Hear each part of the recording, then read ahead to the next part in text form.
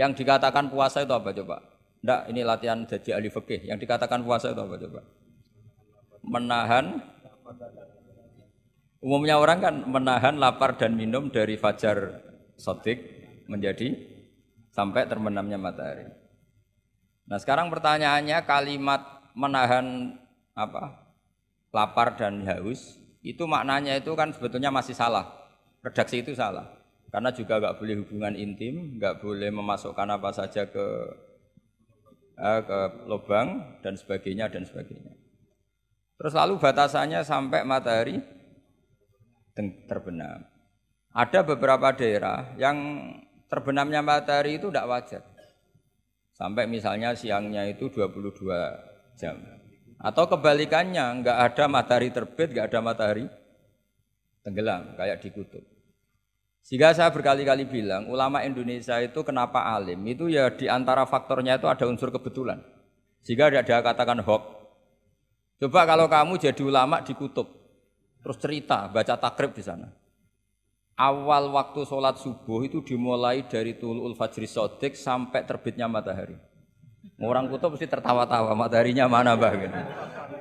Waktu zuhur adalah ketika matahari agak tergelincir ke arah barat dari garis tengah. Wah yang bener aja. Tidak ada matahari kok semua ukurannya matahari. Sehingga dalam ilmu falak astronomi diterangkan daerah yang enggak diliwati khotul istiwa, kalau dalam bahasa Indonesia disebut katul istiwa, itu sebenarnya dari ilmu falak Arab, itu namanya khotul istiwa. Khotun itu garis, istiwa itu garis tengah. Khotul istiwa, terus jadi bahasa Indonesia katul istiwa. Kayaknya tidak mungkin lah orang Indonesia pertama ahli falak, mesti yang ahli dulu itu orang Arab, karena ilmunya dari Arab.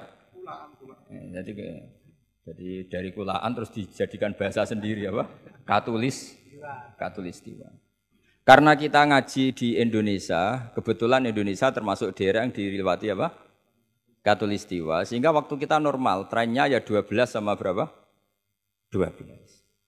Nanti ada masalah itu misalnya kamu tadi di kutub, lalu puasanya gimana? Apa dikonversi, tetap polanya 16 jam, terus konversi per antar sholat itu kira-kira berapa apa? Jam? Taruh saja misalnya kamu sudah zuhur jam 12, ya trennya asarnya ya jam 3. Kan nggak mungkin habis zuhur jam 12, asarnya jam 1. Karena polanya tafawutnya antara zuhur dan apa?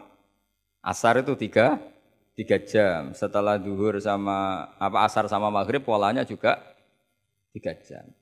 Maka yang seperti ini mau tidak mau harus ada pengecualian. Ketika Rasulullah misalnya ngendikan waktu asar itu khina yakunu dhillusya mislahu terus waqolilan misalnya. Waktu asar dimulai apa? Dhillusya mislahu. Jadi kalau sesuatu 1 meter bayangannya 1 meter. Lah pas lebih sedikit itu berarti sudah waktu asar kan gitu ukuran dulu kan nggak pakai jam.